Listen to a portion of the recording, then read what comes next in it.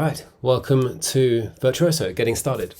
So in this short video, we're going to show you how to get logged in and then just give you a real quick tour around the platform before you can really get started with your test automation.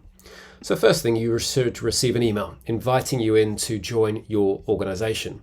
And when you click on the link, you will be taken to the platform where you can put in your name and your password, and then you can register. And then you've registered, so then you can log in. So we use our email address that was registered for you, click on next, put in your password and log in. And you'll be taken to your organization's dashboard. Now you may have some projects already set up here depending on how much access your organization has had and how well they're started.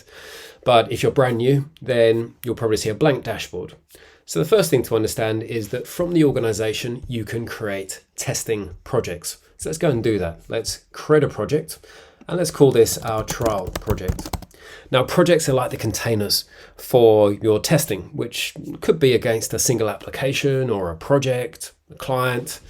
Basically that's going to be the container for all of your testing goals, your journeys, your tests. So once we're into there, we can see in the top left, we have a drop down which shows all the projects you have access to. So my trial project. And then we have on the left side a menu bar. So you could go to the organization view, look at your project dashboard, project activity. That's where you're going to see all of your jobs, your test runs, your journeys. That's where you can see all of your tests in a single place. Extensions. This is where you can extend the natural language of Virtuoso. That's something you'll probably get onto in later parts after getting started. Test data, how you can map in test data sets to drive your tests.